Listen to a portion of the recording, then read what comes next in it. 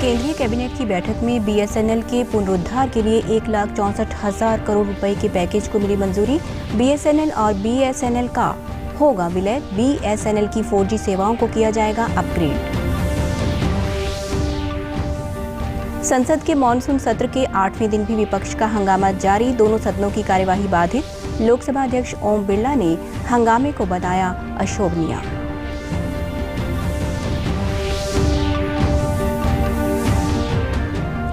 उज्ज्वल भारत उज्ज्वल भविष्य अभियान के तहत सिरसा और रोहतक में कार्यक्रमों का किया गया आयोजन। सिरसा पहुंचे बिजली मंत्री ने कहा, कार्यक्रम का मुख्य उद्देश्य सौर ऊर्जा को बढ़ावा देना।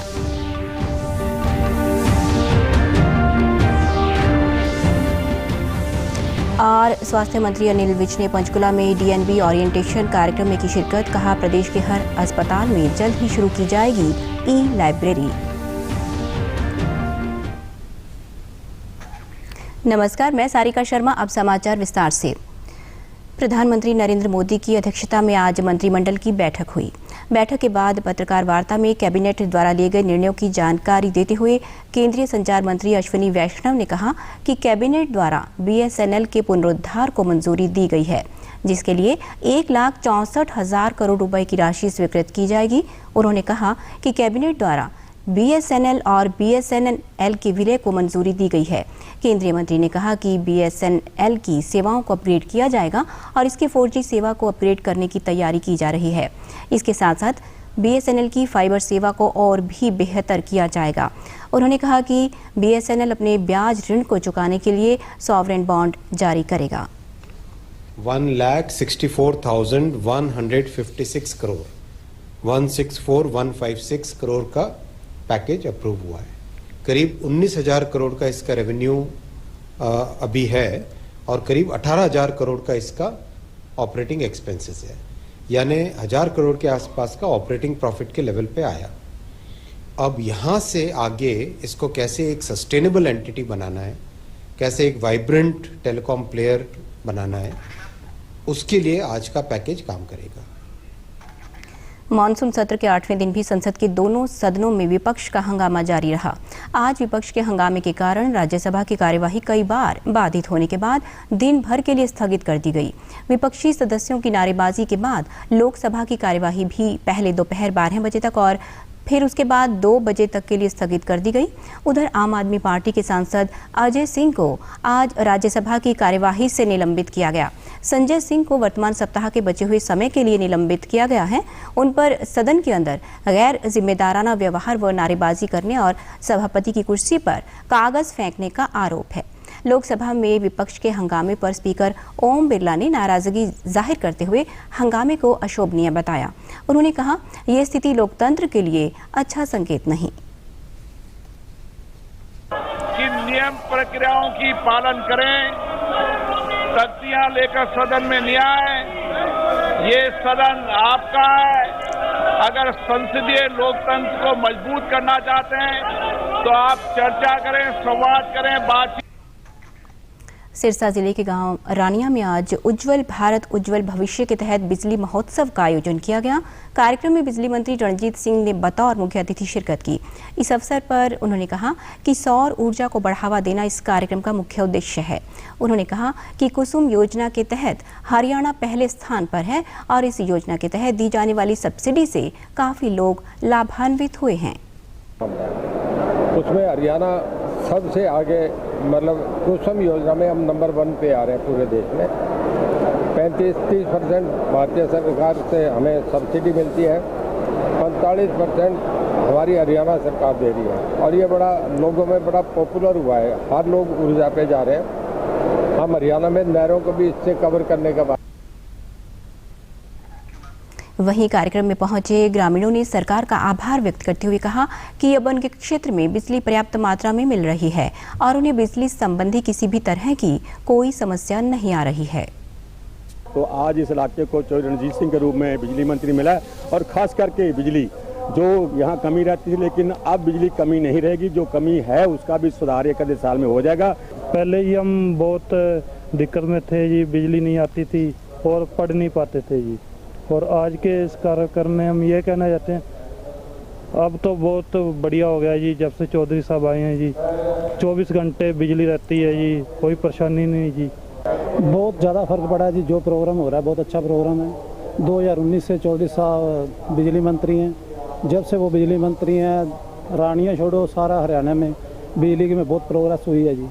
और पहले जो कट लगा करते थे वो भी बहुत कम हो गए हैं जी। दूसरा नंबर ये तारें बहुत ढीली वगैरह हुआ करती थी, उसमें बहुत सुधार हुआ है।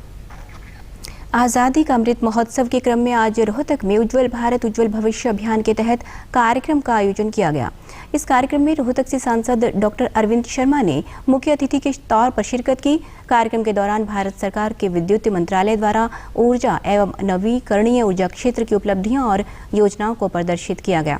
सांसद डॉक्टर अरविंद शर्मा ने बताया कि वर्ष 2014 से लेकर अब तक देश ने विद्युत के क्षेत्र में निरंतर विकास किया है और अब देश भर में 100% गांवों में बिजली की व्यवस्था है। उन्होंने कहा कि केंद्र सरकार और प्रदेश सरकार मिलकर आम जन को जन कल्याणकारी सुविधाएं मुहैया करवाने के लिए प्रतिबद्ध हैं। 4 गाँवों में 2014 में जब सरकार 18,18,000 गाँवों में बिजली की व्यवस्था नहीं थी। आज मैं कह सकता हूं लगभग 100% गाँवों में बिजली की व्यवस्था माननीय प्रधानमंत्री नरेंद्र मोदी जी के नेतृत्व में, केंद्र सरकार हरियाणा सरकार दोनों मिलकर के हरियाणा के में भी बिजली के लिए बहुत अच्छे तरीके से सरकारें काम कर रही है।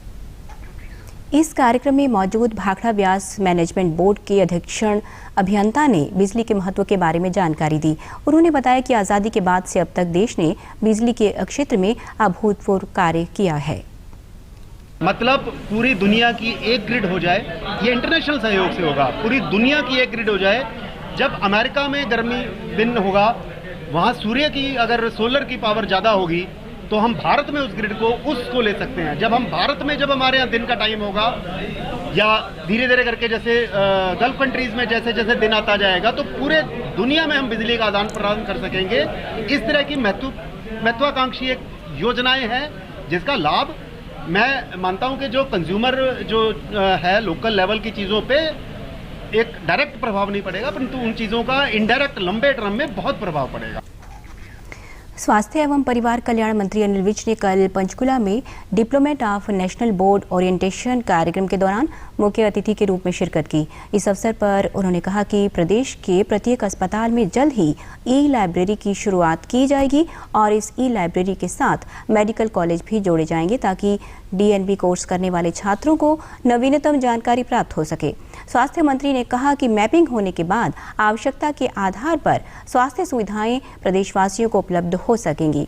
स्वास्थ्य के क्षेत्र में मैपिंग करवाने वाला हरियाणा पहला राज्य होगा।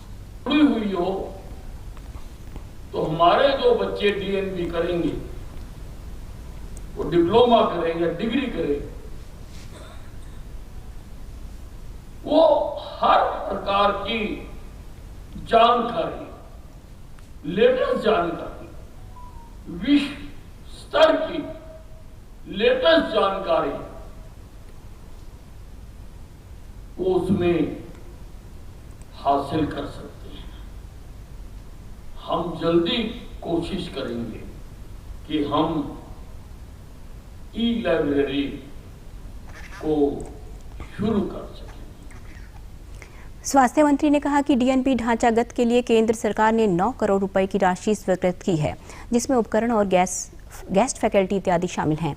उन्होंने कहा कि इस समय प्रदेश में डीएनबी कोर्स के लिए 76 सीटें हैं और जल्द ही इनकी संख्या को बढ़ाया जाएगा। की जरूरत बहुत ज्यादा है और हम कोशिश करेंगे। अभी 76 जगह पर हम ये शुरू कर पाए हैं, पर हम इसकी संख्या और बढ़ाएंगे। आज़ादी का अमृत महोत्सव के अंतर्गत जींद के नागरिक अस्पताल में 18 साल से अधिक आयु के लोगों को कोविड वैक्सीन की निःशुल्क एहतियाती खुराक लगाने का कार्य सुचारू रूप से जारी है। स्वास्थ्य विभाग के वरिष्ठ चिकित्सा अधिकारी गोपाल गोयल ने बताया कि एहतियाती खुराक पूरी तरह से सुरक्षित है। उन्होंने कहा कि जिले में कोविड टीकाकरण अमृत महोत्सव अभियान के तहत अब तक 3,755 लोगों को कोरोना रोधी वैक्सीन की एहतियाती खुराक दी गई है। श्री मोदी जी ने जो शुरू से ही एक ये रखा है कि भी देश में स्वनिर्मित जो वैक्सीन है वो देश में लगाई जाए, तो हम अब लगभग 200 करोड़ लोगों को 200 करोड़ डोज वैक्सीन लग चुकी है हमारे देश में, और लगभग 17,53,000 डोज तो जिले में लग चुकी हैं, फर्स्ट सेकंड और बूस्टर डोज भी लाके। तो आप देख सकते हैं कि इतना बड़ा प्रोजेक्ट माननीय प्रधानमंत्री जी के निर्देशन में चल रहा है। वहीं बूस्टर खुराक लगवाने वाले लोगों ने कहा कि सभी पात्र व्यक्तियों को कोरोना संक्रमण से बचाव के लिए कोविड रोधी टीके की एहतियाती खुराक जरूर लगवानी चाहिए। जो सरकार द्वारा इतना खर्चा करके आज़ादी के महोत्सव को के रूप में ये जनता के लिए भी मतलब दरवाजे खोल रहे हैं तीसरी डोज के लिए, बहुत ही सराहनीय कदम है। मैंने खुद तीसरी डोज लगवा ली है और इससे शरीर में किसी तरह कोई दिक्कत नहीं है। ये तो एक इम्यूनिटी पावर के लिए लगाई जाती है, तो मैं तो सबसे यही कहूँगा कि आप भी ये बूस्टर डोज लगवाएं। मैंने बूस्टर डोज लगवाई है जिससे मुझे कोई परेशानी नहीं है। भारत सरकार की इस योजना से मैं बहुत खुश हूँ। आप बूस्टर डोज। केंद्रीय रिजर्व पुलिस बल आज अपना 83वां स्थापना दिवस मना रहा है। प्रधानमंत्री नरेंद्र मोदी ने सीआरपीएफ के 83वें स्थापना दिवस पर बल के जवानों और उनके परिजनों को शुभकामनाएं दी। प्रधानमंत्री ने अपने ट्वीट संदेश में कहा कि इस बल ने अदम्य साहस और विशिष्ट सेवा के लिए स्वयं को प्रतिष्ठित किया है। सुरक्षा या मानवीय चुनौतियों से निपटने में सीआरपीएफ की भूमिका सराहनीय है। मुख्यमंत्री मनोहर लाल ने भी सीआरपीएफ के स्थापना दिवस पर ट्वीट करते हुए कहा कि देश की आंतरिक सुरक्षा में संपूर्ण भाव से समर्पित केंद्रीय रिजर्व पुलिस बल के स्थापना दिवस पर सभी को बधाई। उन्होंने कहा कि राष्ट्र की सुरक्षा, प्रगति व उन्नति में सीआरपीएफ का योगदान अतुलनीय है। भारत के 11वें राष्ट्रपति और मिसाइल मैन के नाम से प्रसिद्ध डॉक्टर एपीजे अब्दुल कलाम की आज पुण्यतिथि है। वे एक महान विचारक, लेखक और वैज्ञानिक थे। उन्होंने 2002 से 2007 तक देश के राष्ट्रपति की भूमिका निभाई है। देश की सेवा में उनका बहुत बड़ा योगदान है। उन्होंने भारतीय रक्षा अनुसंधान विकास संगठन और भारतीय अंतरिक्ष अनुसंधान संगठन के साथ भी काम किया। डॉक्टर कलाम को भारत के सर्वोच्च नागरिक सम्मान भारत रत्न से भी नवाजा गया है। मुख्यमंत्री मनोहर लाल ने डॉक्टर एपीजे अब्दुल कलाम को श्रद्धांजलि देते हुए अपने ट्वीट संदेश में कहा कि मिसाइल मैन के नाम से विख्यात देश के पूर्व राष्ट्रपति डॉक्टर एपीजे अब्दुल कलाम जी को उनकी पुण्यतिथि पर विनम्र श्रद्धांजलि। भारत को परमाणु शक्ति संपन्न राष्ट्र बनाने के लिए उनका योगदान, उनके जीवन के उपदेश और उनकी विनम्रता लोगों के दिलों में उन्हें सदैव जिंदा रखेगी। प्रधानमंत्री रोजगार सृजन कार्यक्रम का लाभ उठाकर कैथल जिले के बेरोजगार युवक युवतियां अपने रोजगार स्थापित कर दूसरे बेरोजगार युवाओं को भी रोजगार दे रहे हैं। रोजगार स्थापित करने वाले और रोजगार प्राप्त करने वाले युवाओं ने इस योजना को काफ़ी सराहा है। कार्यक्रम के प्रभारी बलदेव आर्य ने बताया कि 18 साल या इससे ज़्यादा की उम्र के युवक युवतियां सब्सिडी पर ऋण लेकर अपना काम शुरू कर सकते हैं। इसके तहत 5 लाख से 25 लाख रुपए तक का ऋण दिया जाता है। ऐसी स्कीम है, इसके तहत बेरोजगार युवक युवतियों को लोन दिया जाता है ताकि वो अपना खुद का व्यवसाय शुरू कर सके।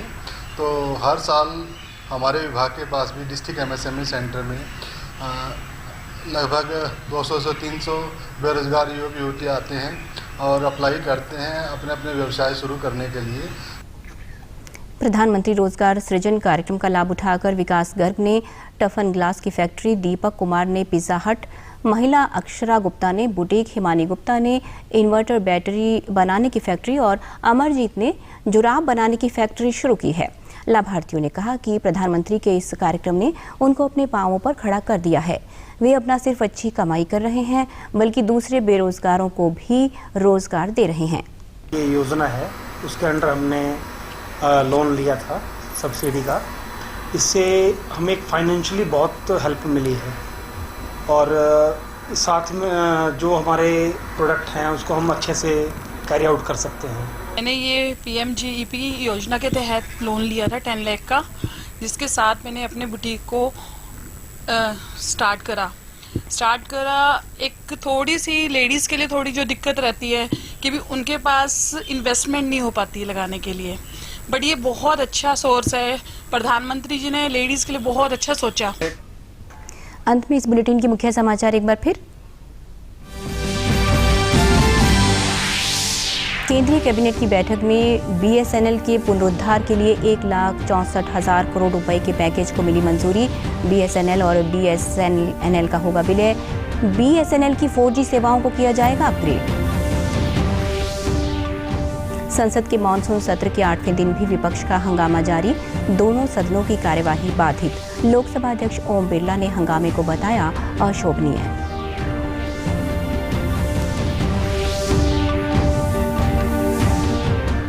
उज्ज्वल भारत उज्ज्वल भविष्य अभियान के तहत सिरसा और रोहतक में कार्यक्रमों का किया गया आयोजन। सिरसा पहुंचे बिजली मंत्री ने कहा, कार्यक्रम का मुख्य उद्देश्य सौर ऊर्जा को बढ़ावा देना।